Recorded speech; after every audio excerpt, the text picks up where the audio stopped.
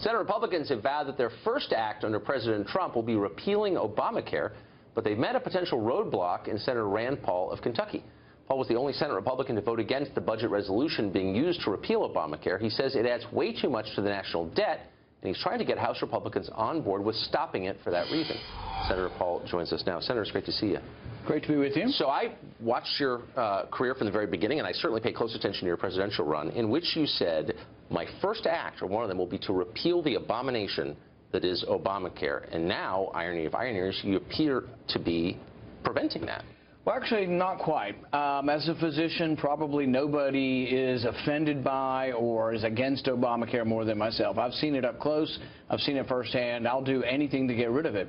However, I don't want to have to vote for a budget that never balances and a budget that adds $9.7 trillion in debt in order to get to it. What I've told my colleagues is, why don't we introduce a good budget, one that balances, right, and then repeal Obamacare. The way the rules of the Senate and the Congress are, you cannot repeal it until you pass a budget. But why does it have to be a bad budget? We're not getting any Democrats to vote for the budget. This isn't a compromise with Democrats. We're going to vote for a budget. This is a Republican product. Why should it not be a vision of a conservative budget, of fiscal conservatism? Why should it be a budget that adds so much debt? I think it's a fair question. You also said, though, that we should, and I'm quoting you, we should repeal Obamacare, but partial repeal will only accelerate the current chaos and may eventually lead to calls for a taxpayer bailout of insurance companies. You wrote that. I understand that reasoning, too. My question, though, is that Republicans have promised, if they were ever to achieve power, both chambers and the presidency, to repeal Obamacare right away. Why hadn't they thought this through? Good question. Here's my point. The same time we vote for repeal, and I will vote for repeal, we should vote for replacement on the same day. Okay. There are many ideas about how we would replace this. We should expand health savings accounts so people can save to buy insurance. We should let them buy anything in the health savings accounts. We should let them pay for their insurance premiums in their health savings account.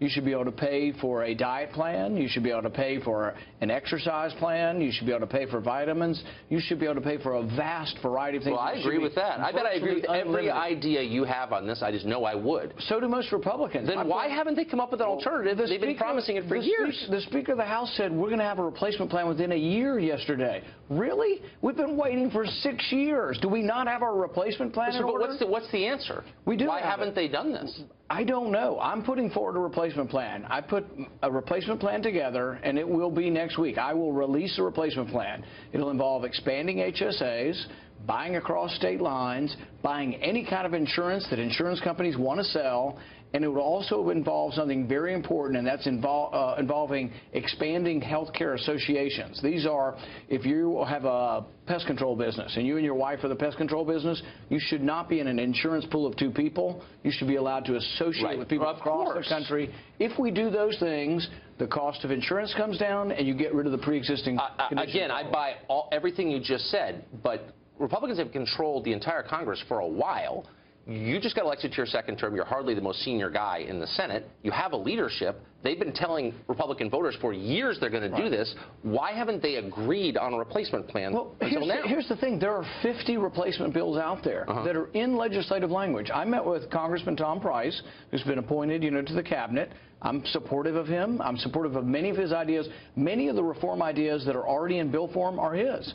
My point to him and to the leadership in the House is you have all these bills. Put together a replacement bill and vote on it on day one. But if you don't, the second we repeal it, we're going to be blamed for all of the unraveling of Obamacare. And mark my words, it's going to unravel and unravel even quicker, and we are going to be blamed for the bankruptcy of the insurance companies that may come as a result. But also, I mean, and my last obvious question is, don't you think promises like this made by Republican candidates seeking office that they knew they could never really make good on are part of the reason that Republicans voted for Trump in the first place, because they didn't believe any Republicans who were already here in Washington? Yeah, but I don't know that we can't make good on these promises. We could put a good budget forward, we could repeal Obamacare, and we could put forward replacement the same day. So I will do this. Next week I will release a bill that has replacement, and I will do everything possible, both publicly and privately, to make sure there's a vote on that bill. I can't guarantee there will be, but I'm telling everybody in my caucus, and I'm trying to tell the country, we need to have replacement the same day we repeal Obamacare. Good luck. Thanks. Senator Rand Paul, great to see you. Thank you.